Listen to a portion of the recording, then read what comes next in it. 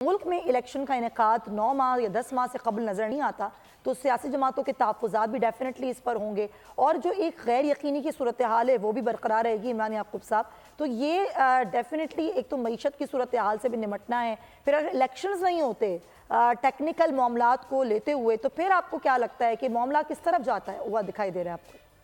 बिस्मिल्लाहिर्रहमानिर्रहीम। सुमैया देखें गुजारिश ये है कि सीधी सी बात है, आइन और कानून में तो ये है कि वक्त पे इलेक्शन हो जाए और जो निगरान हुकूमत बनती है उसमें 60 दिन में या असम्बलियाँ की सूरत में 90 दिन में इलेक्शन करवाने हैं।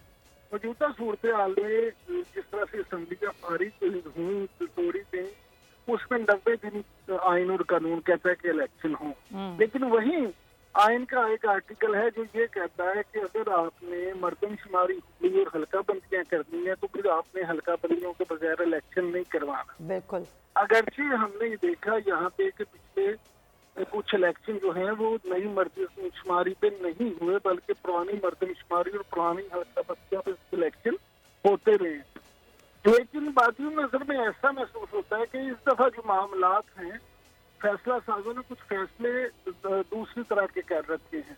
अगर आप मुझे पूछें तो मेरी जाती राय में मुझे ये इलेक्शन नजर नहीं आते। और आपने जो कहा 9-10 माह, तो अगर इलेक्शन नहीं होते तो वो 9-10 माह हो या 5 साल हो, फिर उससे फर्क नहीं पड़ता। इसीलिए तमाम सियासी जमातें जो हैं उनका कंसर्न है। मुस्लिम लीग नून और पीपल्स पार्टी जो पीटीएम की 2 मरकजी जमातें, आप भी कह रहे हैं कि अगले 5 साल भी ना हो, ये भी मुमकिन है, इलेक्शन ही ना हो? जी बिल्कुल मुमकिन है। मुझे आप ये बताया ना सुमैया कि अगर आइन की खिलाफ वर्जी हो जाए तो वो 1 दिन की हो या 10 साल, ये बात तो आपकी बिल्कुल दुरुस्त है। लेकिन देखें इमरान याकूब साहब, ये एक छोटी बात नहीं है। मुल्क में इलेक्शंस नहीं होंगे तो मुल्क में इस्तेकाम नहीं आएगा, इस्तेकाम नहीं आएगा तो डेफिनेटली सरमायाकारी नहीं आएगी, सरमायाकारी नहीं आएगी तो मईशत की सूरत हाल बेहतर नहीं होगी। तो सियासी जमातें तो फिर क्या करेंगी? अगर आपको ये वीडियो पसंद आई है तो सब्सक्राइब करें और बेल आइकन पर क्लिक करें। आप लोग इस मुल्क पाकिस्तान में आजाद हैं।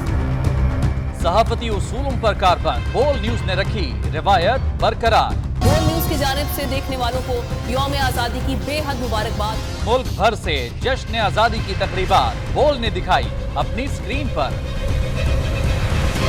पाकिस्तान के 76वें यौम आजादी का जश्न बोल ने सुनाई पाकिस्तान जिंदाबाद के नारों की गूंज।